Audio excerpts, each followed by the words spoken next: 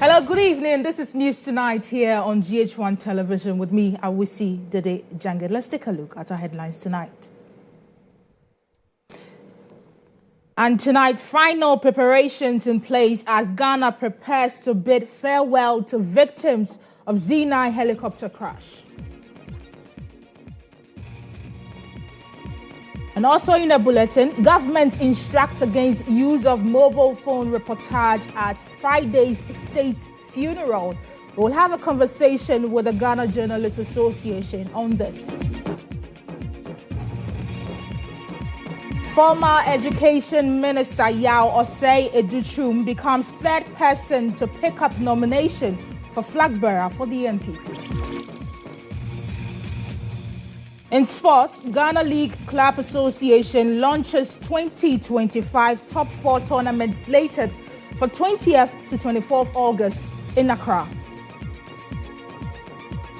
And on the international front, United States President Donald Trump optimistic of pulling off good deal with Putin to end Russian-Ukraine war.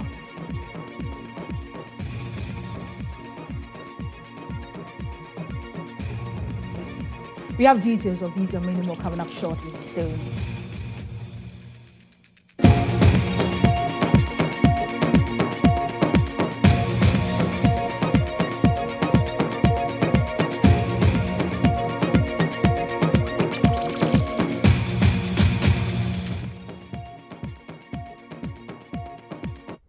We're grateful for your time this evening. The news is coming to you live from our Platinum studio here in Accra.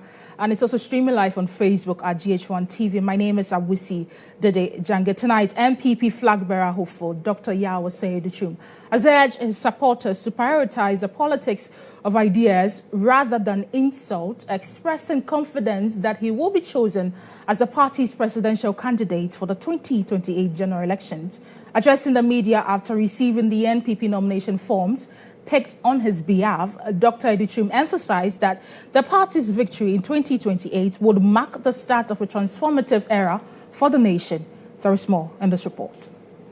Dr. Yao Osei Educhum, who served as Education Minister under former President Nana Addo Dankwa Akufo-Addo, is officially seeking to lead the new Patriotic Party into the 2028 elections. The Member of Parliament for Bosomtwe is widely recognized for his commitment to education reforms, particularly in advancing science, technology, engineering, and mathematics education, and expanding access to secondary education. Speaking to the media after receiving nomination forms picked on his behalf, Dr. Educhum emphasized that the party's success in 2028 would usher in a new chapter of progress and transformation. He also urged his contenders to avoid politics of insult and focus on a contest of ideas. We intend to wage a campaign that will not be acrimonious, a campaign that will just share our vision. Today I call on all those who are contesting that we need to focus on the unity of our party.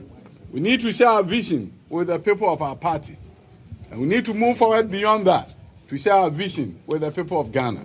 And that together, as the new Patriotic Party, we can lead the effort to transform the future of our nation. Some campaign team members also rallied support for his candidacy.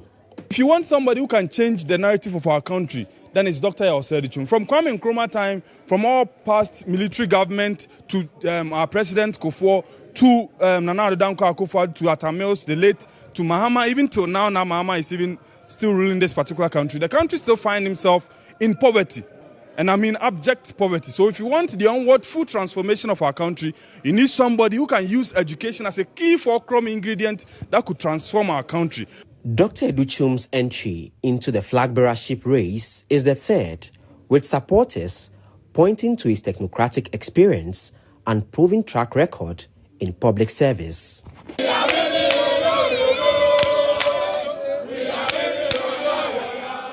On to our biggest story for tonight on Insight.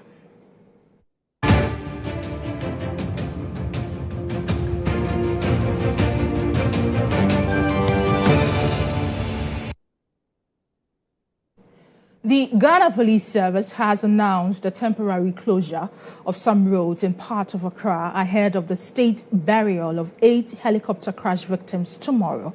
Preparations are currently underway at the State House as government prepares to lay to rest the individuals who died in the crash on August 6 in the Ashanti region. Well, on Sunday, August 10, 2 of the 8 deceased, Dr. Murtala Mohammed and Alhaji Mohammed Minuru, were laid to rest at the military cemetery at Chado in accordance with Islamic rites. The remaining 6 will be buried tomorrow in a state ceremony. There's more in this report. The state's burial for the victims of the Z9 helicopter crash. Deputy Chief of Staff in charge of operations at the presidency, Stanislas Dogbe, outlined key arrangements being made to ensure orderliness and the safety of all attendees, including access and movement restrictions during the proceedings. We expect Her Excellency the Vice President to arrive at the funeral grounds at 8:50 a.m. in the morning, and that will be followed by His Excellency the President at 9 a.m., where the state service will then begin. The service is programmed to last for approximately 3 hours, during which period we would take the biographies of the departed 8. Stan Dogbe warned that the government does not want anyone holding a phone or monopod chasing mourners at the funeral. We expect that we would all comport ourselves, we will respect the guidelines. We do not want to see tomorrow anybody holding a phone or a monopod and struggling to chase people, chase mourners as they are coming in to come and sit down. We expect a very high level of decorum and solemnity tomorrow morning. And if you are given an accreditation to be in the inner perimeter, do well to come in early, check your audio, ensure that you have the required audio feed that you need, and then also check on the TV feed and be sure that you are okay before the service starts at about 7:30. The Chief of Staff, Julius Debra, further directed that all donations received from organizations and individuals in support of the funeral service will be shared equally among the families of the 8 deceased. I'm directed by the Chief of Staff to announce that a number of companies and individuals have made some donations of items and other things to the government for this funeral. And he has directed that all those items should be delivered to the 8 families. We are beginning the distribution of the items that we've received from a number of companies. We'll be handing them over equally to the 8 families that lost their loved ones in the Wednesday, August 6th disaster. The Ghana Police Service has announced the temporary closure of some roads in parts of Accra as preparations continue ahead of the solemn farewell for the 8 helicopter crash victims. Given the expected influx of mourners and vehicular traffic, the Ghana Police Service will implement a traffic management plan. Key roads leading to the Central Business District will be rerouted to ease congestion. And this is according to Chief Superintendent Alexander Kweku Obeng, Head of Research, Education and Training at the MTTD. We've also put in place measures to collaborate with our counterparts in the military to deliver traffic services on the Bush Road at where we have the military cemetery. We have enough car park to accommodate those who will be coming, and police officers will be on hand. It is clear that on such occasion, we need a lot of police deployment to saturate and to be ready to partner and assist to direct, control, and park vehicles so that there will not be obstruction and congestion. Director General of Human Resources at the Ghana Armed Forces, Air Commodore Thomas Nephew Okine, noted that the service will be led by the Armed Forces chaplaincy with support from the civilian clergy. The Ghana Armed Forces has the responsibility of moving our fallen heroes from the morgue to the Blaster Square and then to the military cemetery after the funeral service. The service will be led by the chaplaincy of the Ghana Armed Forces. That does not mean that only ministers, pastors, and imams from the armed forces will be in charge. We would be supported by some of our civilian colleagues, but in essence, it will be a military service. The ceremony is expected to bring some finality to the ceremonies held in honor of the 8th as investigations go on to ascertain information from which lessons can be learned.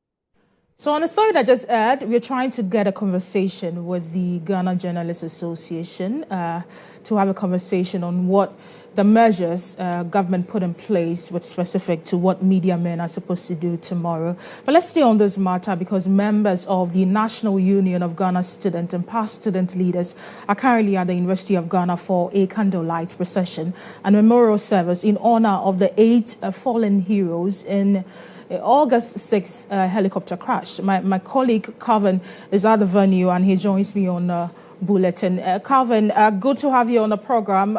Tell us what more can you inform us on this? All right, so the procession just began.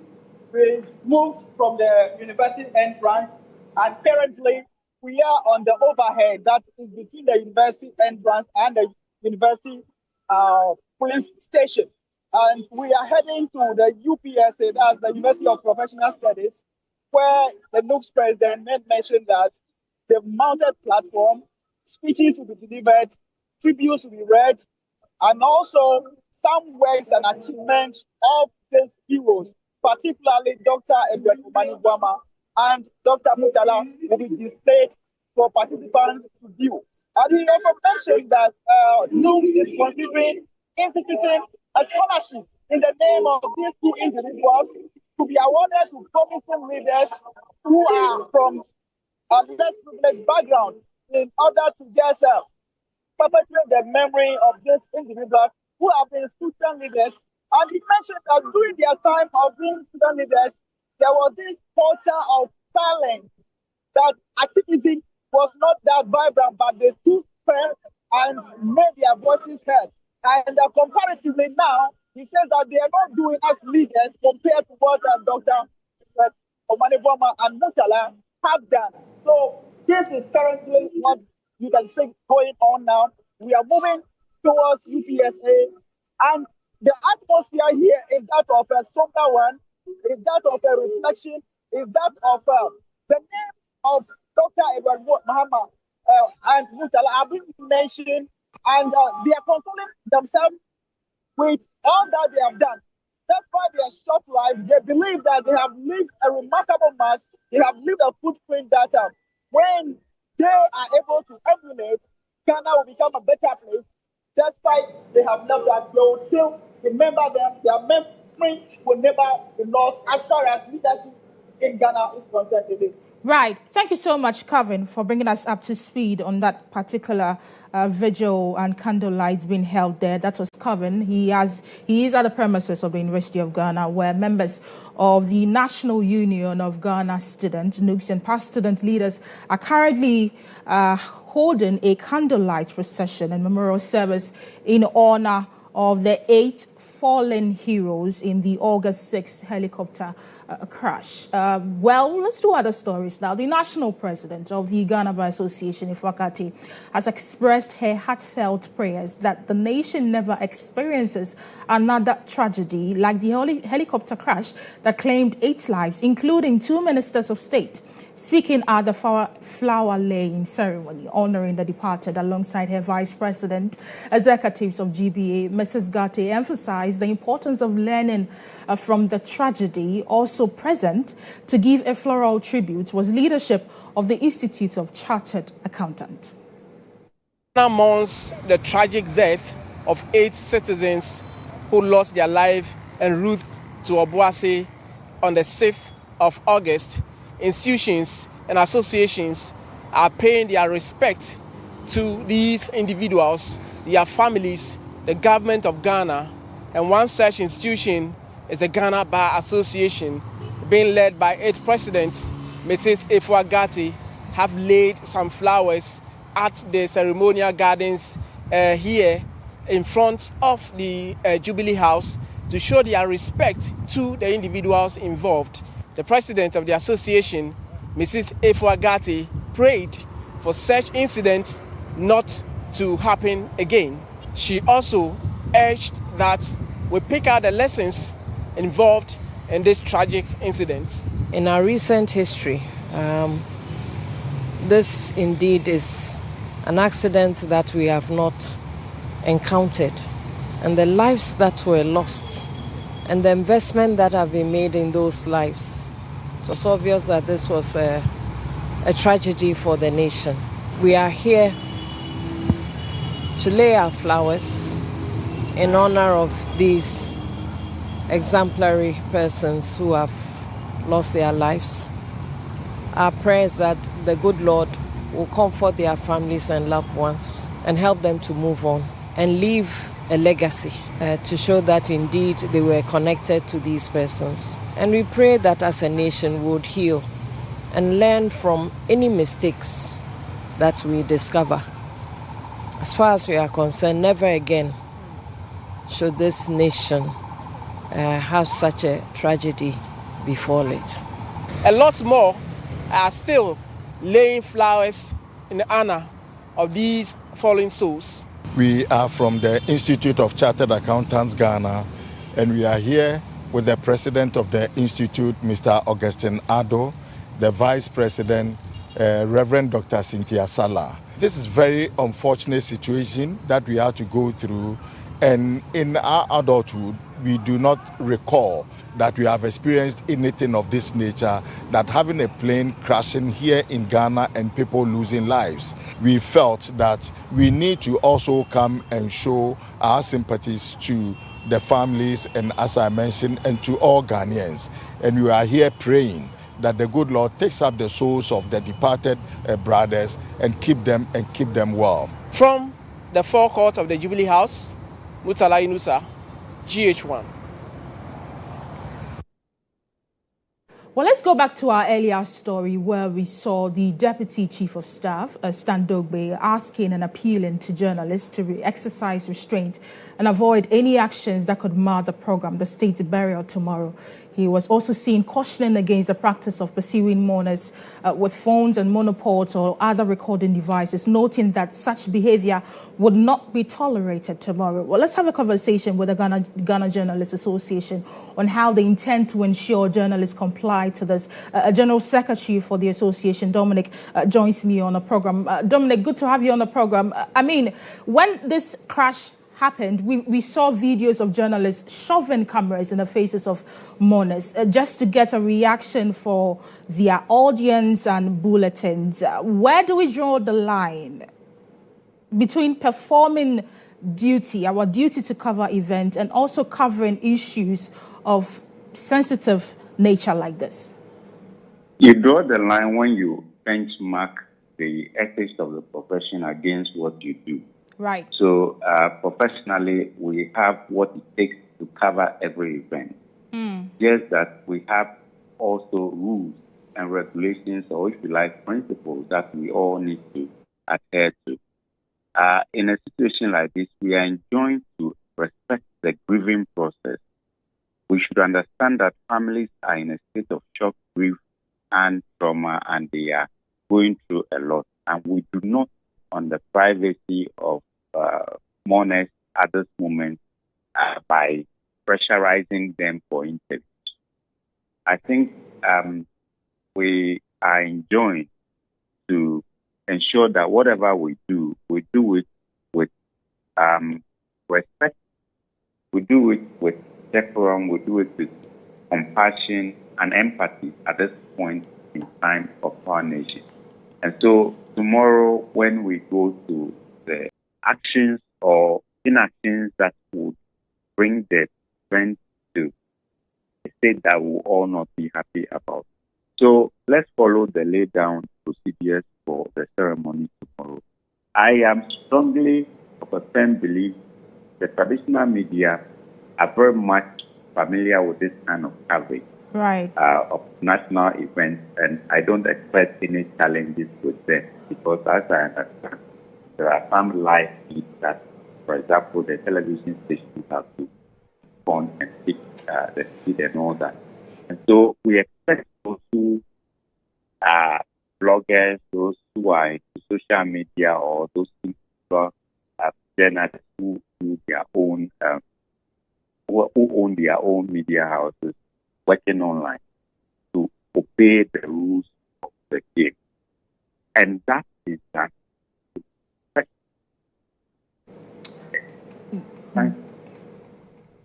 Dominic, can you... empathy and humanity when you go there tomorrow. Right. Dominic, beyond your expectations of... you are expecting journalists to comply with this. Are there sanctions put in place should anything go contrary to what has been discussed today?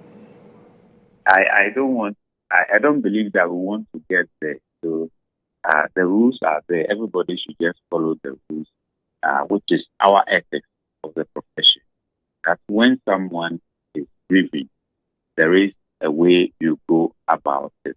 And so when you read Article 16 of our Code of Ethics about a journalist does not intrude into anybody's private life, grief, or distress unless justified by an overriding consideration of public interest. But in this case, I don't think there is any justification for you to go and intruding into families of the 8 heroes who have lost their lives, be forcing interviews, asking them to talk to you on issues that I don't think at this time we need that. So we must respect the individual right.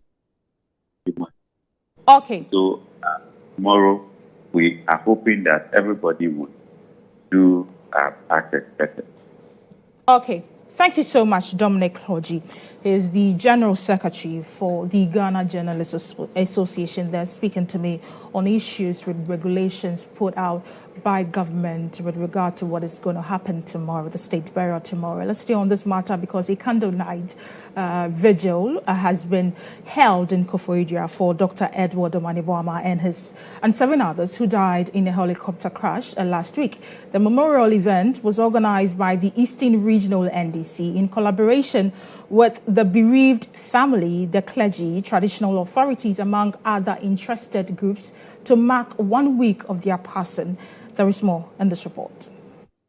Born and raised in Ifiduase with maternal roots in Kwewu, the Eastern region held a vigil in honor of Dr. Edward Omane Boama and the 7 others who perished in an helicopter crash on August 6.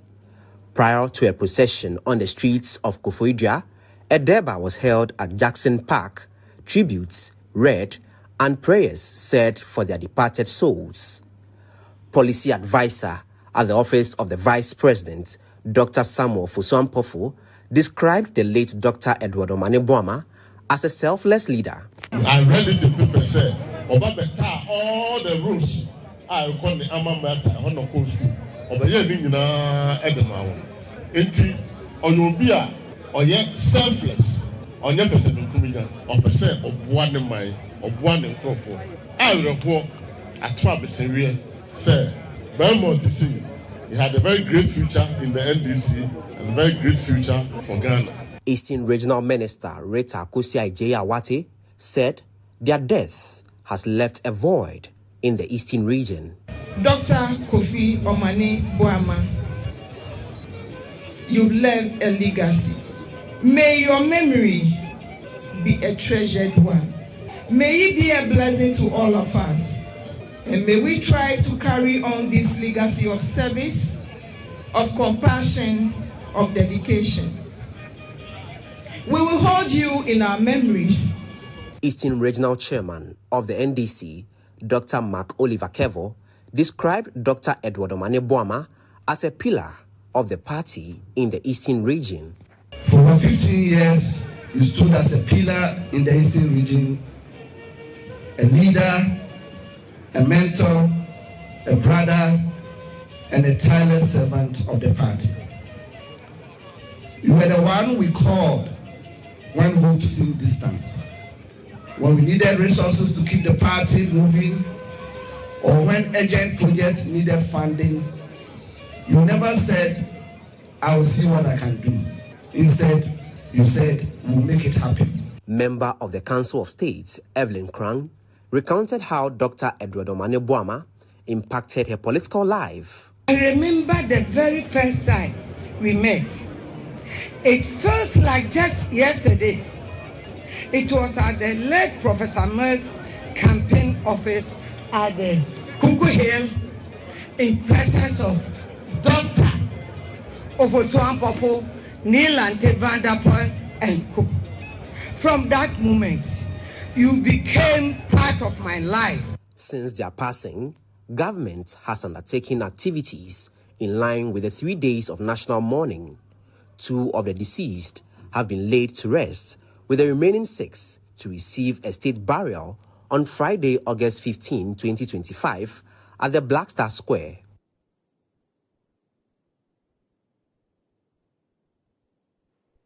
This is Insight on News Tonight. We'll be back after this break with more stories.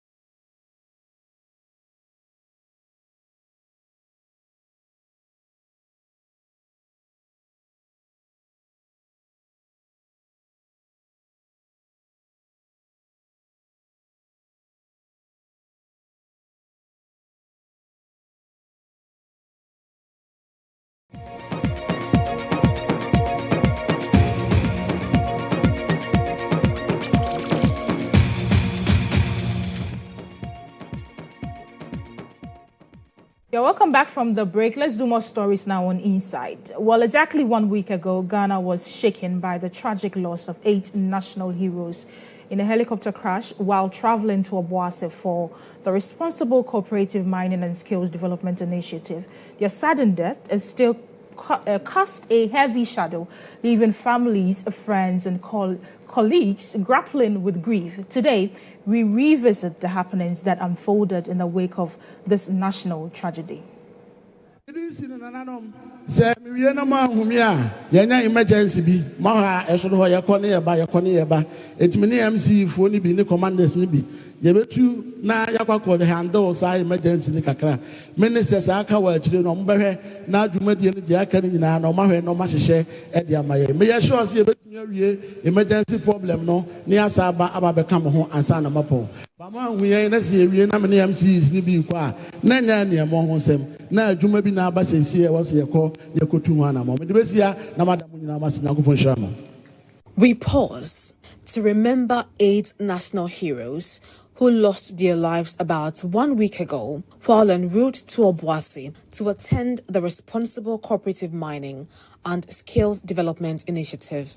The tragic incident claimed the lives of Defense Minister Dr. Edward Omane Boama, Environment Minister Dr. Ibrahim Murtala Mohammed, and 6 others in the Adansi Akrofom district of the Ashanti region. I have the unpleasant duty, sadly, to announce a national tragedy involving the crash of a military helicopter this morning.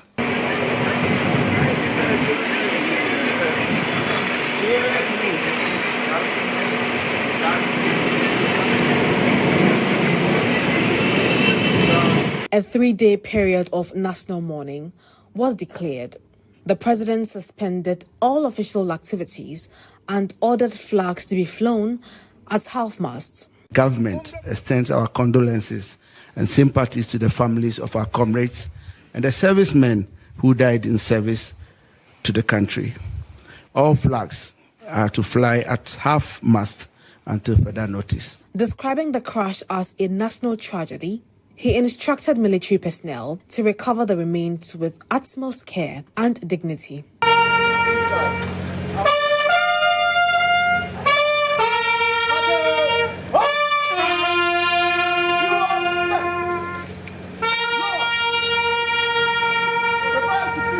In the days following the crash, several ministers visited the bereaved families to offer support and condolences. In line with tradition of Islam, the 2 Muslims, Dr. Ibrahim Murtala Mohammed and Dr. Muniru Mohammed Limuna, were laid to rest at the 37 Military Cemetery on August 9, 2025.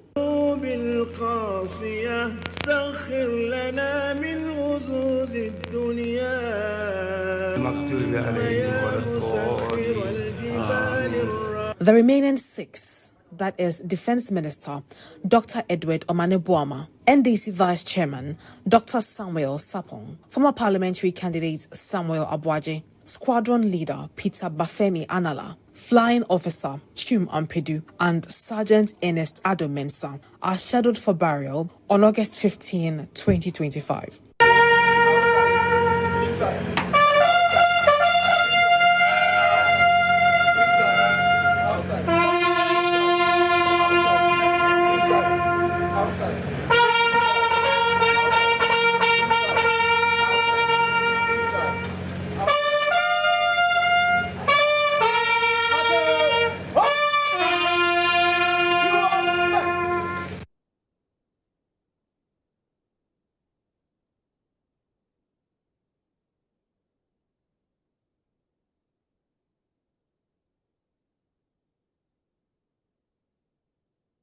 And that'll be all for Insight on News Tonight.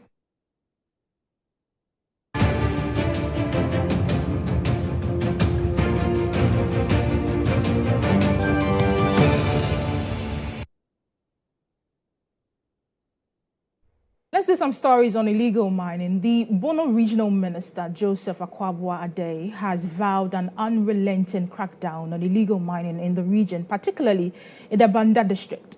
Working alongside a 100-member joint military police task force, the minister says the government will stop at nothing to end the destructive practice of galamsey.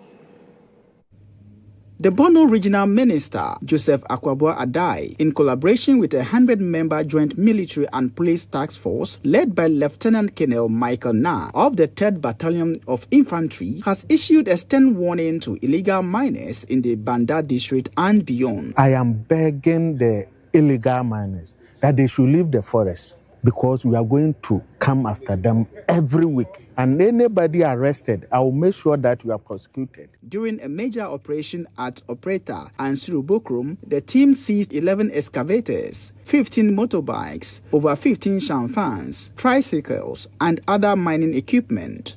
Makeshift structures at the site were also demolished and burnt. Nobody should come to me. If you come and talk about any machine, any excavator, immediately I will get you arrested. The minister described the action as the beginning of a sustained campaign to make illegal mining both uncomfortable and unprofitable in the Bono region.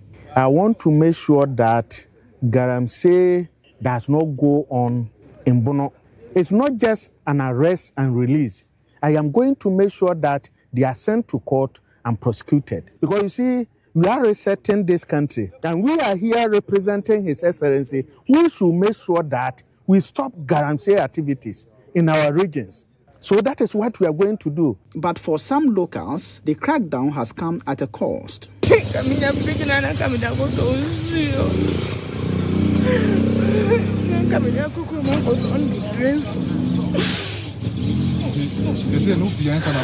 Joseph Akwaboah Adai dismissed claims of political sponsorship of the activity, stressing that a detailed report would be sent to the Ministry of Lands and Natural Resources, paving the way for reclamation of degraded lands under ministerial guidelines.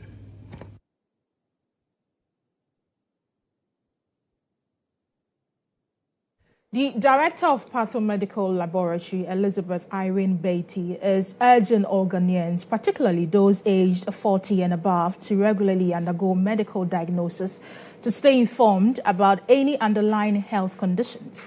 According to her, one need not wait until symptoms of illness appear before seeking medical care, as some conditions can progressively damage the body without visible signs, leading to severe complications if not detected and treated promptly. In the 5th anniversary celebration of Pathomedical Laboratory in Accra. There's more in this report. Since its inception 25 years ago, Pathomedical Laboratory has been providing laboratory services to individuals, corporate organizations, and various medical facilities. Speaking to the media on the sidelines of the celebration, the laboratory's director, Elizabeth Irene Beatty, encouraged the public to prioritize regular lab checks. Of course, we have a very strong presence in the corporate space where we take corporate wellness right to the doorsteps of our clients. Ours is a service that's associated with quality, with a friendly service, and of course, always ensuring that we educate our clients so that they understand what it is that they need to know in order to look after themselves. So 25 years, we are grateful. There's so much that we have done, and there's so much that we will continue to do.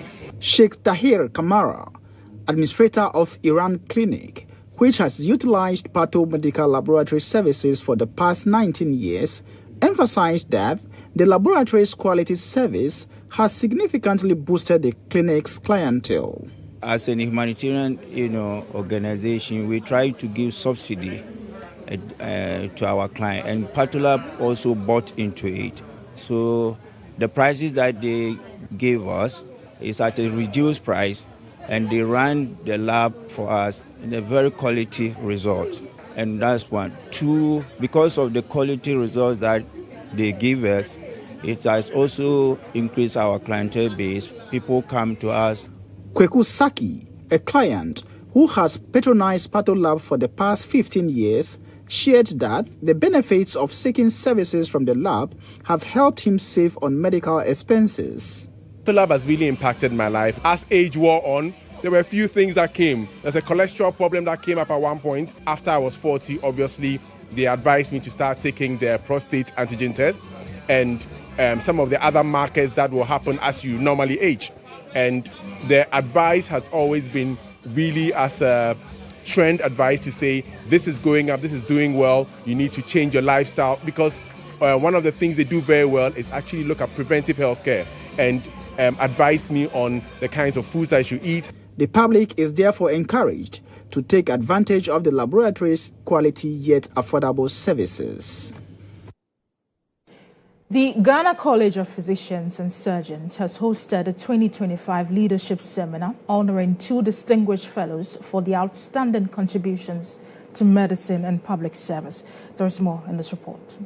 Pioneered by the Faculty of Public Health, the Ghana College of Physicians and Surgeons, under the theme Breaking Barriers, Prescribing Change, honored Professors Efuahese and David Ofori Ejay for their outstanding leadership and service to Ghana. The event drew fellows from the medical profession, including the Deputy Health Minister, dignitaries from the Noguchi Memorial Institute, deans and heads of various medical schools, among others. The annual program recognizes fellows who have distinguished themselves in the fields and in service to the nation. The event took place yesterday at the college auditorium and emphasized the importance of celebrating and honoring heroes while they are still alive. Professor Hesse encouraged hard work and consistency, noting that excellence is the result of persistent effort.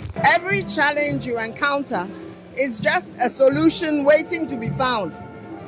But if you let the challenge stop you, you cannot move. So everybody has to be determined what they want as their end goal and work towards it. If you encounter a challenge, if it's an obstacle, you jump over it or you flatten it, and then you move to the next stage. But if you give up, don't give up. Professor Ofori Ejay advised commitment and patience, stressing that ultimate successes comes from following life's process with perseverance. For the younger people coming up, this college now has several opportunities for them to develop the way I had developed, because this college currently has courses for the specialty I belong to. So you need to be properly trained, and this college offers that opportunity. So if you are a doctor, if you are a young man, and you are moved to come to this area, the opportunity already exists for you in Ghana here. You don't have to go outside. Deputy Minister for Health, Dr. Grace Ayen Sudankwa, pledged government support for the institute in training professionals in the nation. The health ministry, we are very involved. Me, for instance, and my minister, we really want to help the health system. President Mahama has also come up with some good programs. For instance, the pre-primary healthcare, once implemented, will be one of the reasons how we can really reshape or reset the Ghana health system. The Inspector General of Police, Christian Tete-Yehuno, has taken a significant step to improve healthcare for police officers, retirees, and their families by cutting the sword for a new ward complex at the police hospital in Accra. The project, fully funded by police personnel contributions with additional public support, aims to ease congestion and provide a better ward for police personnel. The Inspector General of Police, Christian Tete-Yehuno, has cut his sword for the construction of a new ward complex at the police hospital in Accra.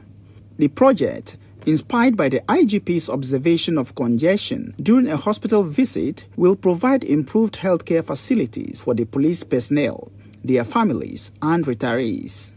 Because we realize that even in active service, you can be able to get strength and more resources to attend other hospitals. But when you retire, that is a degrading process of the human race. And that is where it becomes very difficult to be able to take care of yourself and your families. Funded through the Police Welfare Scheme and supported by public and corporate contributions, the ward complex aims to create a comfortable space that enhances patient recovery and healthcare delivery. Do this, and I hope completing this project, it will help us to increase the lifespan of our personnel both in active service and also when they retire. The IGP urged individuals and institutions, especially those who benefit from police protection, to partner in making the project a reality.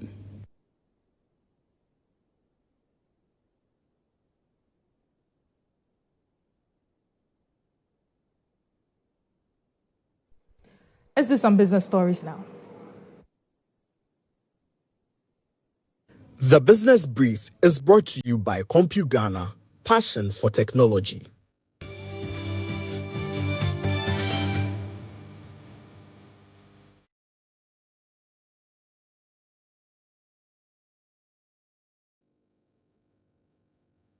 In business, the produce buying company is encouraging cocoa farmers in the country to resist and safeguard their farmlands from activities of illegal miners. The appeal comes in response to the increasing prevalence of galamsey operations, which continue to degrade forest reserves, pollute water bodies, and pose serious health risk to residents in affected communities. The company has therefore honored 2 farming communities in the Western North region for resisting illegal mining in their communities. Bono Regional Office of the National Health Insurance Authority has hit 77.3% of its 2025 membership target, enrolling over 843,000 active members by the end of June.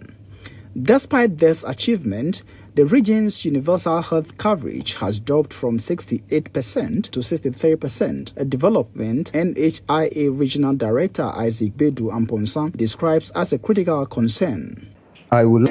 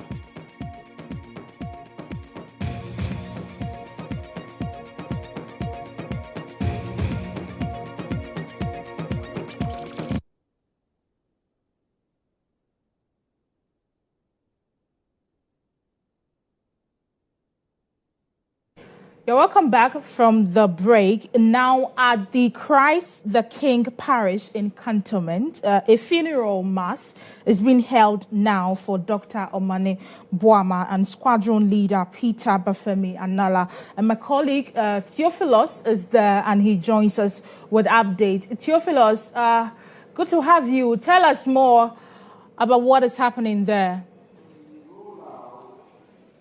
Thank you, Awisi. It has been a solemn moment this evening where scores of people have gathered together to honor the memory of Dr. Omane Boama. Currently, the tributes have been passed by his family, his wife, and currently the biography of Dr. Omane Boama is being read, and after that we would have videos of his life pieced together to the people. Let's cross over and see there's more. To roll out the then flagship mathematics, science, and technology scholarship schemes, also called masters, which benefited some 41,000 students. He also led the implementation of the free laptops initiatives for students and teachers. He played a pivotal role in Ghana's preparation and response to the 2014 Ebola outbreak in West Africa, demonstrating his dedication to safeguarding public health in times of crisis. International representation. Kofi represented Ghana at various international forums, contributing to global discussions on science, technology, and health crisis. Dr. Omane Boama served as vice chairman of the United Nations Commission on Science and Technology for Development, that is UNCSTD, in the year, that is from the year 2009 to 2011. He also led the government of Ghana's delegation to the negotiations at the Conference of Parties to the United Nations Framework Convention on Climate Change, that is Cancun, Mexico, in 2010. Dr. Omane Boama was a member of Ghana's delegation to the United Nations General Assembly meeting in New York, USA, in 2015 and 2016. His contributions at the conference on the swine flu global pandemic, Washington, D.C., USA, in August 2009 was most impressive. Advisory roles of Kofi. He served as a policy advisor and political strategist and was the first combined director of elections and IT for the National Democratic Congress, implementing reforms to strengthen electoral processes and delivering an overwhelming victory for the party in the year 2024 general elections. His role as Minister of Defense. In 2025, Dr. Boama was appointed Minister of Defense, focusing on military warfare, transparency in defense finances, recruitment, and combating illegal mining. His publications. He wrote about education funding and Ghanaian leadership, including a book on the GET Fund and a biography of the late President John Evans Atta-Mills, which is forthcoming. His legacy. He is fondly remembered as a versatile statesman, a physician, devout Catholic, policymaker, environmental steward, communications expert, political strategist, disciplinary teacher, and devout public servant. His legacy endures in the institutions and reforms he shaped and in the lives he touched through dedicated service, compassion, and integrity. He encompassed all that a man should be: a loving husband, a caring father, and a true patriot, a selfless comrade, and a loyal brother who is trusted by friends. Kofi Demrifa Djangay. Djangay ni amani hunu Omane Boama. Nyame emfa wokra insie. Dr. Edward Kofi Omane Boama.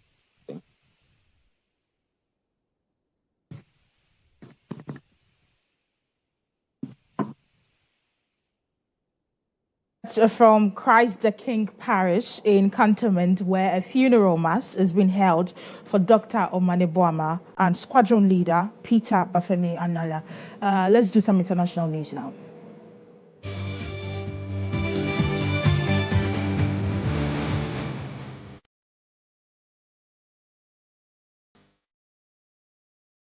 On the international front, U.S. President Donald Trump says there is a 25% chance his meeting with Vladimir Putin on Friday will not be successful. The U.S. president says he has a good meeting with the Russian president. He will call Ukraine President Zelensky to arrange a second meeting. It comes as the White House says Trump will exhaust all options to end the Ukraine war. Meanwhile, Putin praises Trump's sincere effort to end the conflict. Earlier, UK Prime Minister said Putin must prove he is serious about peace after meeting Zelensky out Downing Street.